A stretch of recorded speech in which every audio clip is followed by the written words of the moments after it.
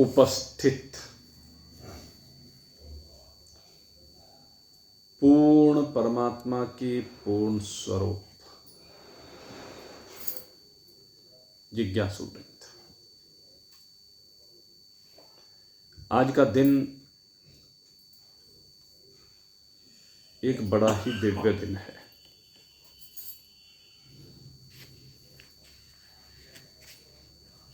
श्रीमद् भगवद गीता जिनके मुखारविंद से स्रवित हुई, ये तो युद्ध भूमि में स्रवित हुई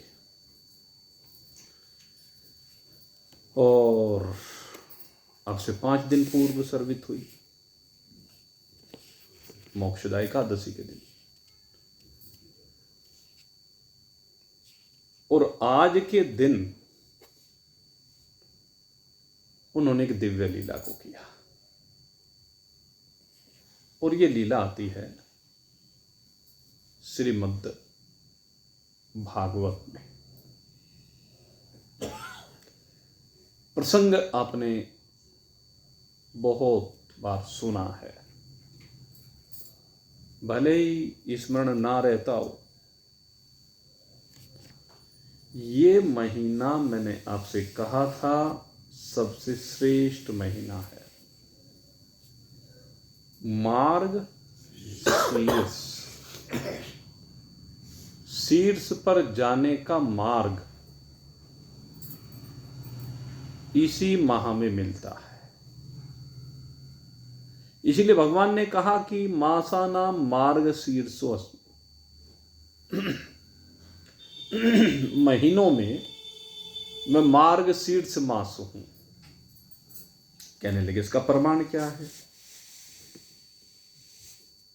कहते हो प्रमाण यह है कि जो भी साधक इस माह में मेरी शरण में आ जाता है,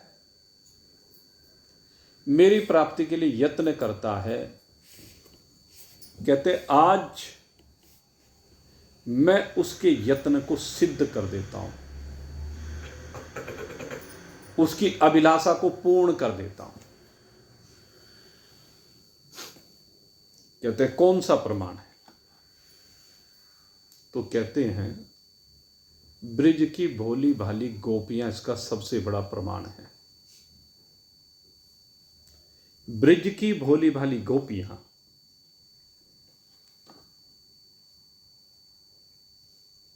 क्या चाहती हैं? क्या बालकों को चाहती हैं? क्या गाय बछड़ों को चाहती हैं? क्या अपने मकानों को, महलों को चाहती हैं? अपने सांसारिक पतियों को चाहती हैं? या अन्य अन्य जो भी संपदा है उसको चाहती है? कहते हैं वो कुछ नहीं चाहती। घर में रहती हैं, घर में रहकर पति की सेवा भी करती हैं, बाल बच्चों का पालन पोषण भी करती हैं, गाय बछड़ों की सेवा भी करती हैं, मकान में भी रहती हैं, लेकिन प्रेम केवल एक कृष्ण से करती है। कहते क्या प्रमाण है? कहते गीता जी का जो मंत्र आ रहा है ना, ये मंत्र उन गोपियों को समर्पित है, और गोपियों ने इस मंत्र को सिद्ध करके दिखाया है। कितना सुंदर भाव इस मंत्र में व्यक्त किया गया है। यावानर्थ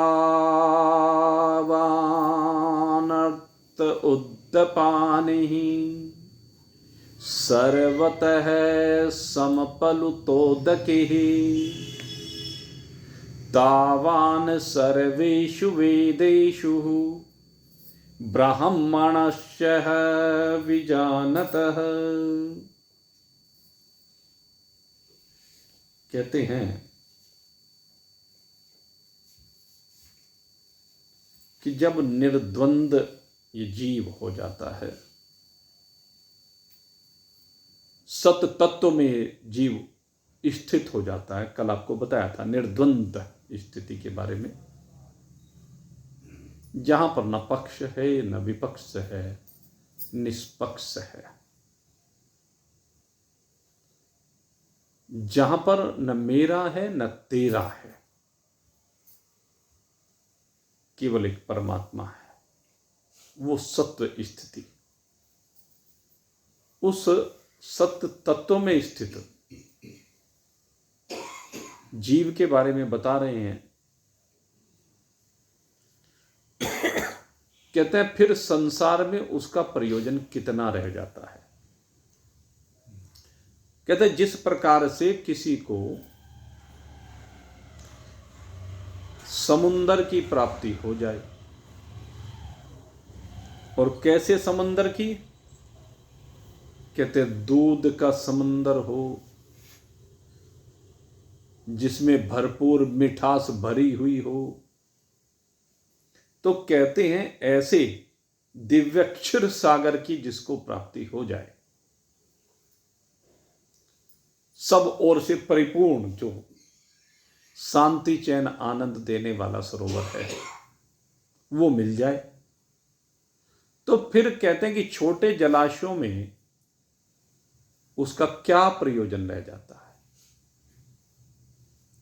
छोटे जलाशयों में फिर उसका कोई प्रयोजन नहीं रह जाता। वो छोटे जलाशयों की ओर फिर देखता भी नहीं है। जब बड़ा जलाशय मिल गया, क्या देखे वो। तो कहते हैं उसी प्रकार से जो एक बार ब्रह्म को जान लेता है, ब्राह्मणस्य है। ब्राह्मणस्य का अर्थ यहां पर क्या है, ब्रह्म को जानने वाला, और यही ब्राह्मण शब्द की परिभाषा है। ब्राह्मणस्य विजानतः, जो ब्रह्म को जान लेता है, ऐसा जो महापुरुष है।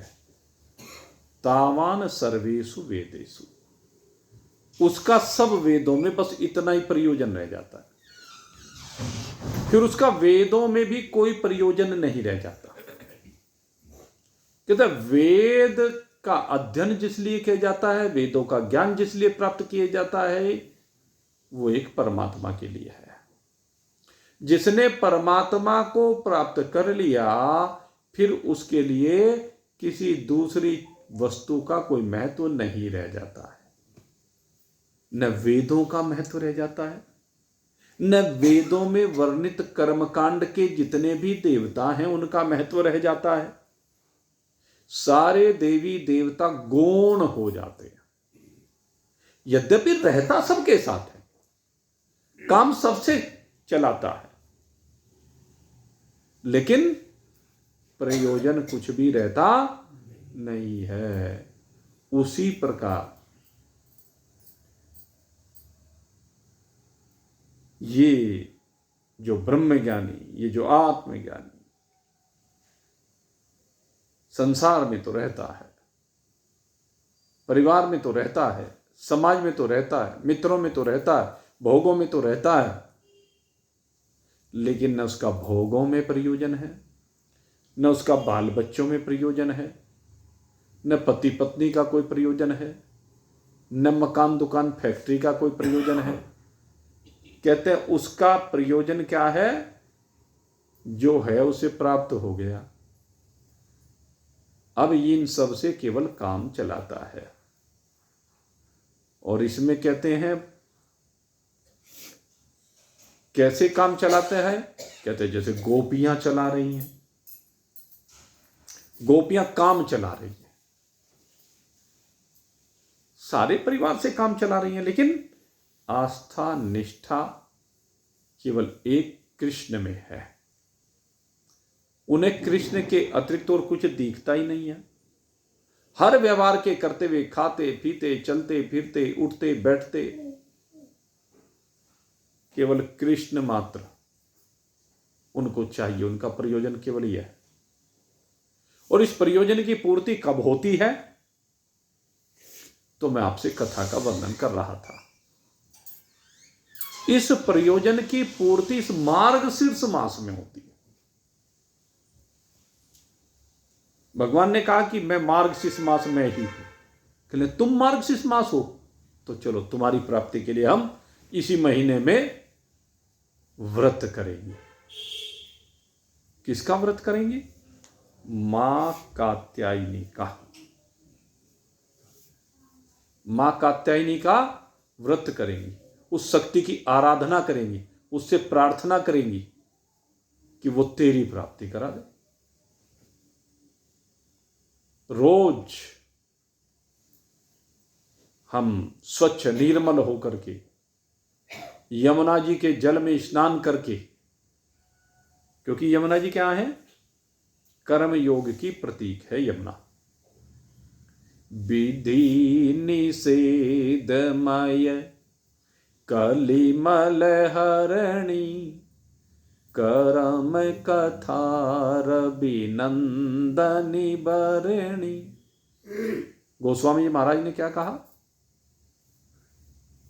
विधि निषेधमय कलिमल हरणी।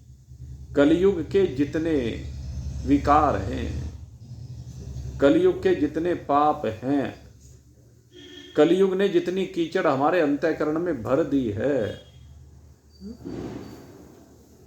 विधि और निषेध ये करना चाहिए और ये नहीं करना चाहिए। यही तो है कर्म चक्र में, यही है कर्म कांड में। कर्म कांड में क्या कहा जाता है कि तुम्हें ये करना चाहिए और ये नहीं करना चाहिए। लेकिन जो आत्मज्ञानी है वो इन कर्म कांड की सीमाओं से बाहर निकल जाता है। कब निकल जाता है? जब वो यमुना जी में स्नान करता है। निरंतर यमुना स्नान करने से 1 मास तक, ऐसी भरी सर्दी में सोच के देखिए, मार्गशीर्ष मास की सर्दी, इस बार तो पता ही नहीं चला कब मार्गशीर्ष मास निकल गया। ग्लोबल वार्मिंग इसका कारण है। लेकिन पहले तो भाई मार्गशीर्ष मास में कड़ाके की ठंड हुआ करती थी। हमने आपने सबने देखा है। और गोपियों के समय में कितनी ठंड हुआ करती होगी। अब तो 100 साधन है, पहले साधन भी नहीं थे किसी के पास। न इस तरह के गर्म वस्त्र हुआ करते थे, न इस तरह के मकान हुआ करते थे, खुले जंगल हुआ करते थे। सारा शरीर बुरी तरह ठंड में अकड़ जाया करते थे, पैरों में बिवाइयां पड़ जाती थी, होठ फट जाया करते थे। हमने तो यहां तक देखा चेहरे पर भी खुरन आ जाते थे। सर्दियां ऐसी तो होती थी क्योंकि पहले साधन नहीं थे। और उस भरी सर्दी में वो प्रातः काल ब्रह्म मुहूर्त में उठ करके देखिए उनकी साधना। अब तो 99% लोग ब्रह्म मुहूर्त को जानते ही नहीं क्या होता है। ब्रह्म मुहूर्त को कभी देखते ही नहीं क्या होता है। ब्रह्म मुहूर्त में अरे बस इस समय तो सबसे बढ़िया नींद आती है। ये समय है तो जागरण का, लेकिन कलयुगी जीव इसमें सोता है। मोह निशा सब सोवनहार, देखा ही स्वप्न अनेक प्रकार। इस मोह रूपी रात्रि में खूब जम के सोता है, डट के सोता है। इसलिए उसे पता ही नहीं कि ब्रह्म मुहूर्त क्या होता है, इसलिए ब्रह्म से दूर रहता है। ब्रह्म मुहूर्त का पता हो तो ब्रह्म के निकट रहे। जब ब्रह्म मुहूर्त का पता ही नहीं है तो क्या जाने।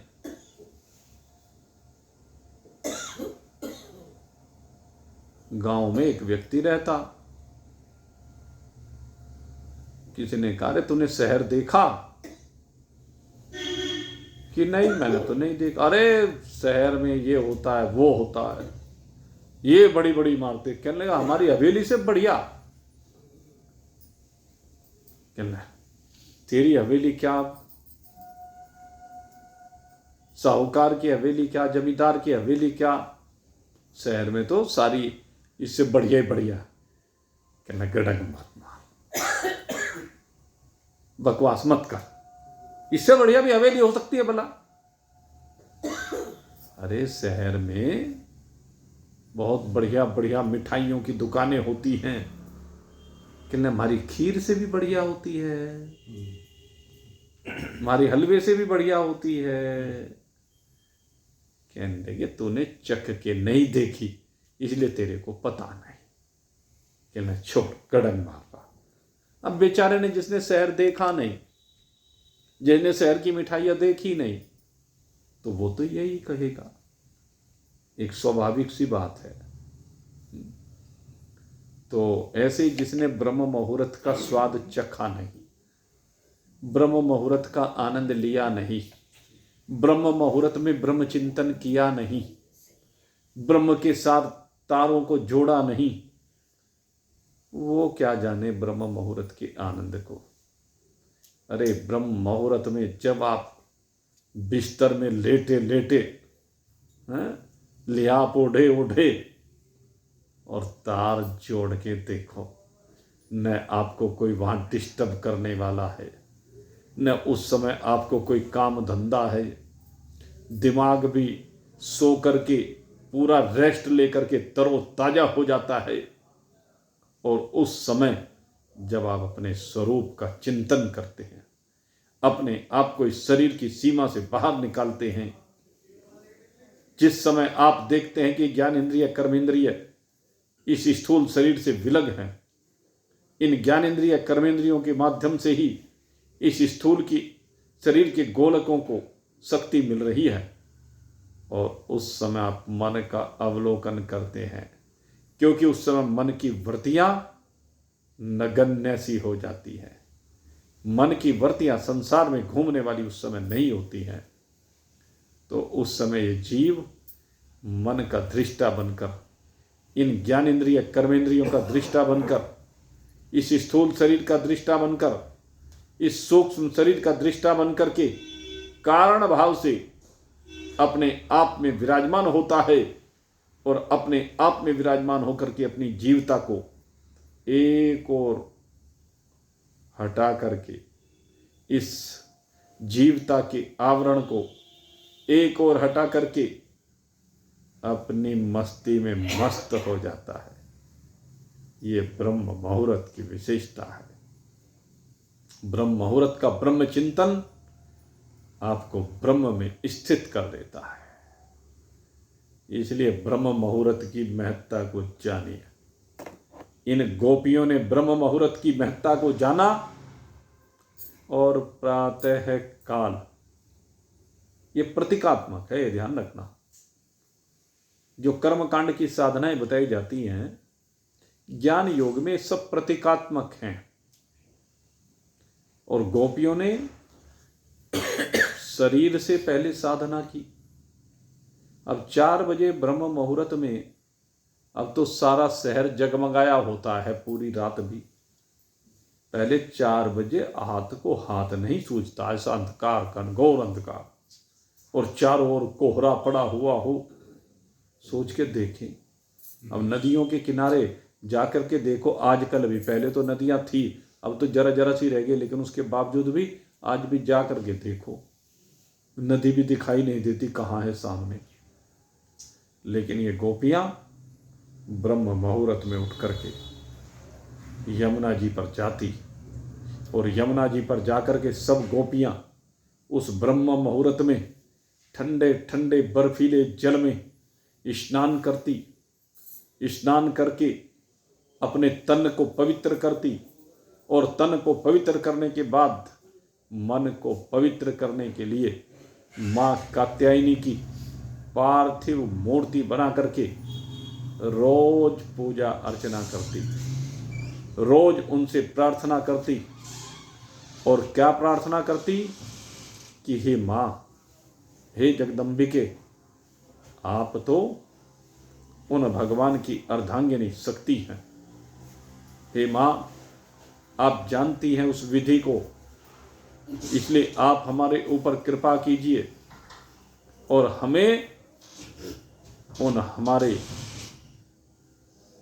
प्राण पति से मिलवाने का जतन कीजिए। रोज आकर के प्रार्थना करती, रोज आकर के माँ कात्यायनी से पुकार करती, रोज उनमें अपने चित्त को रमाती और कृष्ण के लिए प्रार्थना करती। इस प्रकार से रोजाना जब गोपियों ने प्रार्थना की, रोजाना जब गोपियों ने साधना की, रोजाना जब गोपियां सब कुछ छोड़ करके एक कृष्ण के लिए यमुना स्नान करती, कात्यायनी पूजन करती, तो आखिर माँ कात्यायनी भी भगवान से प्रार्थना करने लगी। कहती है, हे प्रभु, न जाने जब से आपने सृष्टि का निर्माण किया है, आपके एक से बढ़कर के एक भक्त हुए हैं, और उन भक्तों के नामों का वर्णन मैं भी नहीं कर सकता। उन भक्तों की निष्ठा, आस्था अद्वितीय है। लेकिन प्रभु, वो एक भक्त कभी एक युग में होता, लेकिन हे प्रभु, यहाँ तो ये ऐसी ऐसी भक्तनी, ऐसी ऐसी आपकी सेविकाएं, ऐसी दिव्य आपकी प्रेमिकाएं, ऐसी अलौकिक शक्तियों से संयुक्त इनकी साधनाएं, हे प्रभु, हमने आज तक जब से आपने सृष्टि का निर्माण किया है, ऐसी समर्पित कोई भी आपकी जितनी भी भक्तनी हुई हैं, जितने भी भक्त हुए हैं, कोई नहीं देखा। अरे तो सारे का सारा समूह ही ऐसा है। सारे के सारे समूह ने अपने आप को पूरी तरह से समर्पित कर दिया है, सरेंडर कर दिया है, 100% सरेंडर। कहते इनके मन में कोई आकांक्षा नहीं, इनके मन में कोई चाहत नहीं, इनके मन में कोई सोच नहीं।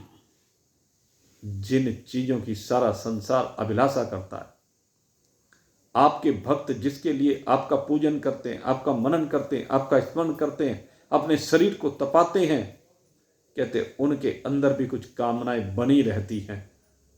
लेकिन हे प्रभु, इनके मन में तो आपके अतिरिक्त कोई भी दूसरी कामना है ही नहीं।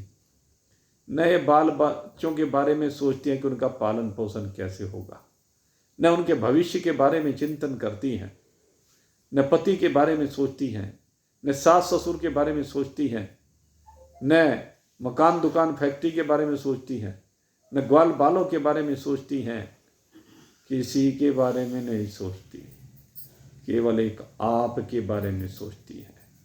और आपने कहा है, सर्वधर्मान परित्यज्य मामेकम शरणम व्रज अहम त्वा सर्व पापेभ्यो मोक्षयिष्यामि मा शुचे। माँ कात्यायनी कहती हैं, हे गोविंद, हे गोपाल, आप कहते हो कि जब भी कोई आपका भक्त संसार के समस्त धर्मों का परित्याग करके केवल एक आपका स्मरण करता है, केवल अपने चित्त को आप में लगा करके रखता है, तो कहते हैं आप उसे पाप मुक्त कर देते हैं। इसलिए हे गोविंद, इन गोपियों को पाप मुक्त कर दीजिए। ये जितनी भी गोपियां हैं, इनके जीवन में पाप का लेस भी ना रहे। हे प्रभु, आज पूर्णिमा की दिव्य तिथि आकर के विराजमान हुई है। आज ये मास परिपूर्णता की ओर बढ़ रहा है। आज जिस मास का पर्यवसान होने जा रहा है, और आज इनकी साधना भी पूर्णता पर पहुंच जानी चाहिए प्रभु। इसलिए आज कोई ऐसी दिव्य लीला कीजिए जिससे ये जो चाह रही है, इनकी जो मनोभावना है, इनकी जो मनोकामना है, उसको देखते हुए आज आप सदा सदा के लिए इनके हो जाइए। और माँ कात्यायनी ने जब इस प्रकार से भगवान श्री कृष्ण से प्रार्थना की है, तो माँ कात्यायनी की प्रार्थना को सुन करके भगवान श्री कृष्ण कहते हैं, चिंता मत करो महामाया,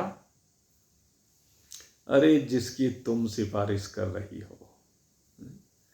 लोग अपनी सिफारिश करते हैं, लेकिन तुम इन गोपियों की सिफारिश कर रही हो।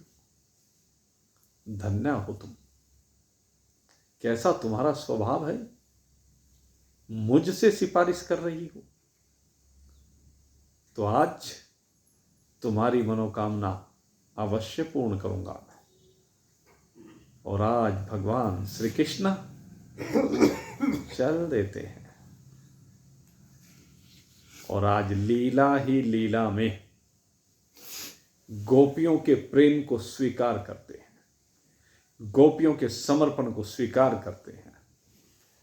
और भगवान आज उनका अज्ञान जनित अंधकार दूर करते हैं। कौन सी तिथि है ये?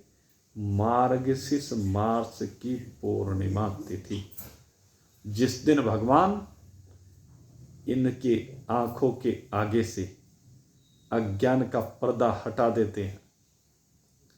और जैसे अज्ञान का पर्दा हटता है, पूर्ण परमात्मा की प्राप्ति इनको हो जाती है। आज प्रातः काल जैसे ही इन्होंने यमुना में प्रवेश किया, भगवान भी वहीं आकर विराजमान हुए। भगवान ने देखा कि इन गोपियों के अंदर अभी लाज शर्म है। कहते पर्दा होता है संसार से, भगवान से क्या पर्दा?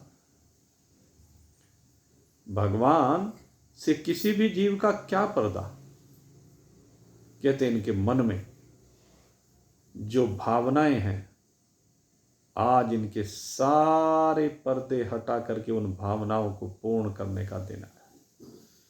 इसलिए आज मैं इनकी सब मनोकामनाएं पूर्ण करूंगा, लेकिन उससे पहले अज्ञान का पर्दा हटना जरूरी है।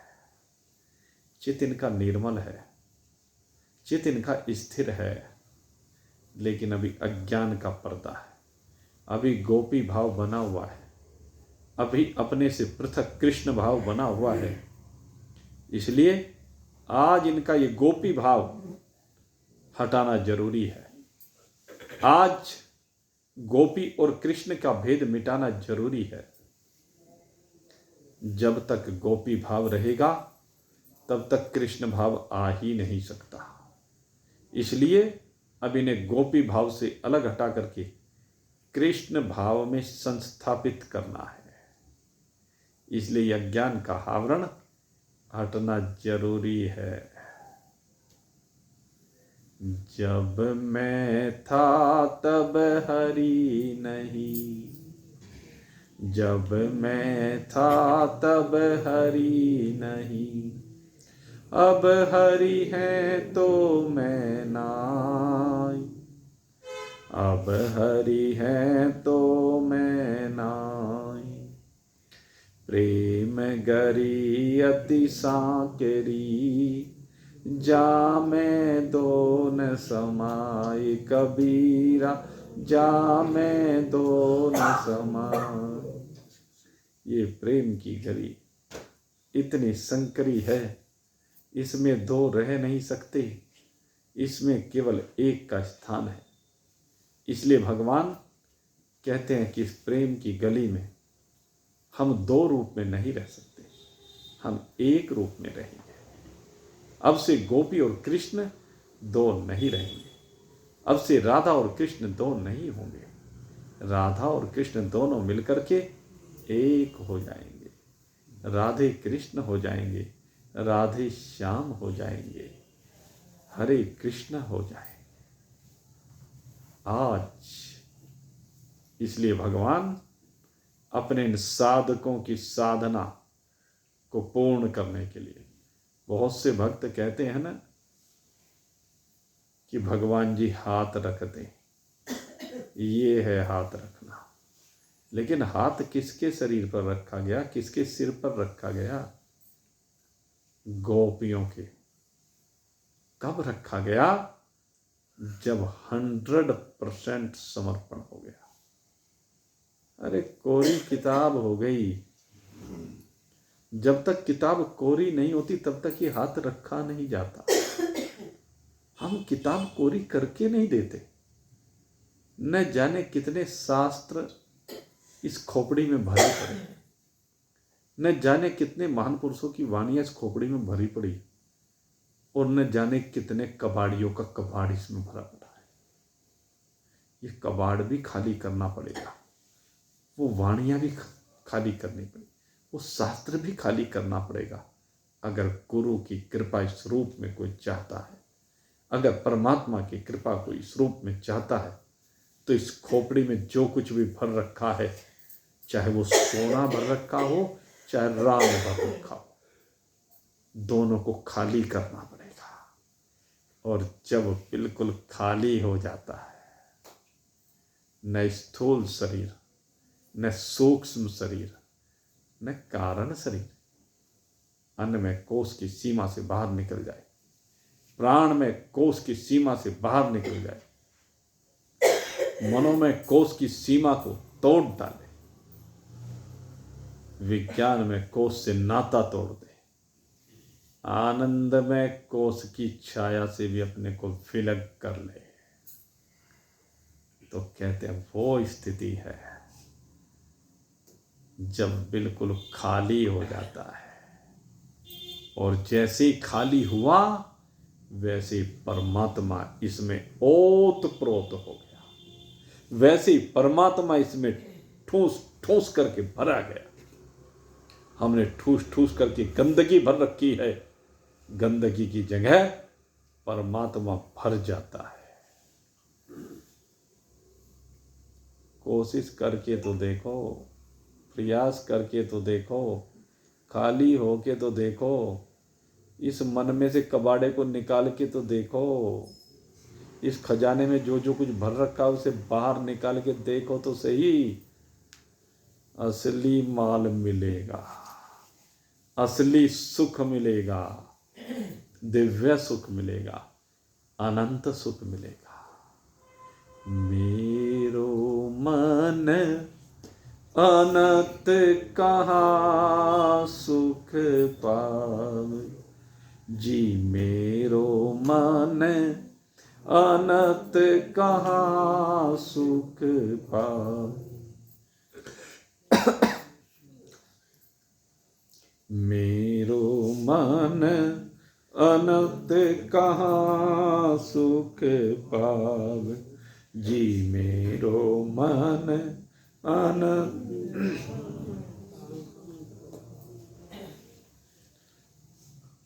मेरो मन कहाँ पे सुख पावेगा? अनंत। अगर अनंत में पहुंच जाएगा, जहां सबका अंत हो जाएगा, अकेला रह जाएगा, तो ऐसी स्थिति गोपियों की बन गई है। इसलिए भगवान आए और भगवान ने आकर के सबके चीर का हरण कर लिया। ये चीर कौन सा है? ये अज्ञान का चीर है, ये अविद्या का चीर है, ये स्थूल शरीर का चीर है, ये सूक्ष्म शरीर का चीर है, ये कारण शरीर का चीर है।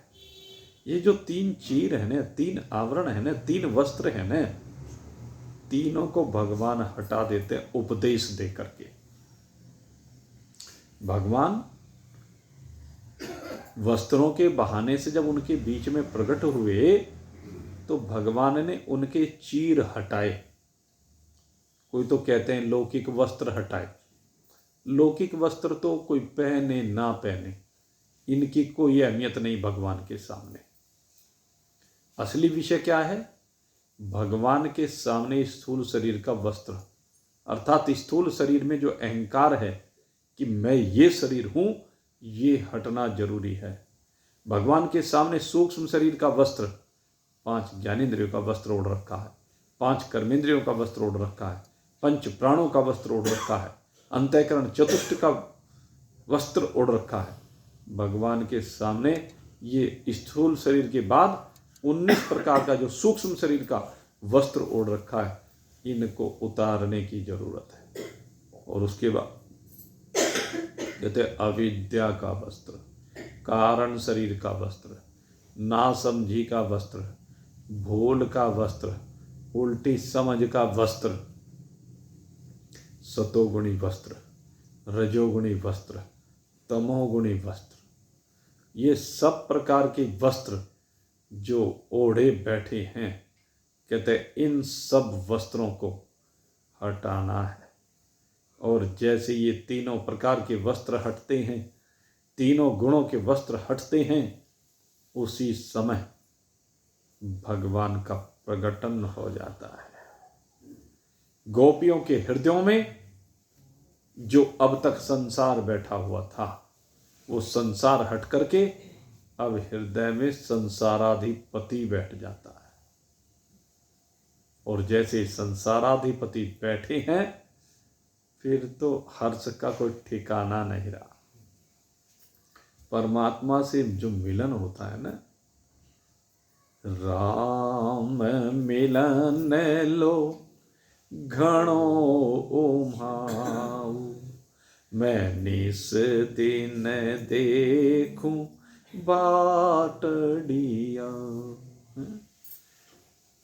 ये जो राम मिलन का उम्हा और दिन प्रतिदिन बैठ करके प्रतीक्षा करना, कहते हैं गोपियों का आज वो प्रतीक्षा फलीभूत हो गई।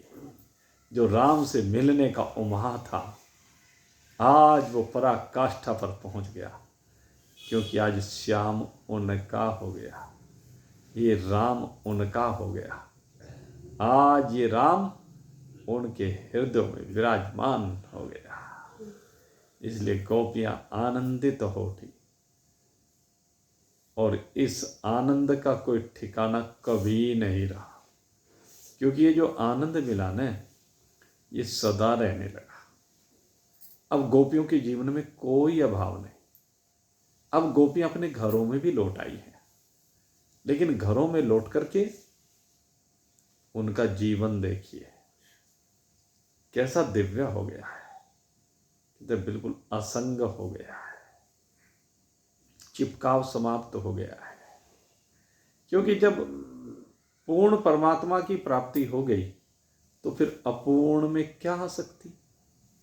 इन अपूर्ण पदार्थों में आसक्ति तब तक है जब तक पूर्ण की प्राप्ति नहीं। जैसे सागर के प्राप्त हो जाने पर, क्षीर सागर के प्राप्त हो जाने पर छोटे जलाशयों की आवश्यकता नहीं रहती। और मोटी भाषा में मैं इसको कहूं, जैसे मान लीजिए किसी को राजा प्राप्त हो जाए, या कह लो चलो खुद राजा ही बन जाए। जो राजा बन गया, अब वो छोटे छोटे धन के प्रति क्या आसक्त होगा? एक भिखारी झोंपड़ी में रहा करता था, सारी जिंदगी झोंपड़ी में कट गई। 2 जून की रोटी भी बड़ी मुश्किल से मिलती, मांग तांग करके इधर उधर से कहीं से जुगाड़ करके। एक दिन पता नहीं क्या संयोग बना, एक जगह पर लॉटरी का टिकट बिक रहा था, और वो जो लॉटरी का टिकट बिक रहा था, 100 करोड़ की लॉटरी का टिकट। अब वो बड़े ध्यान से टिकटों को देख रहा है, तो इतने में उधर से एक सेठ जी गुजरे।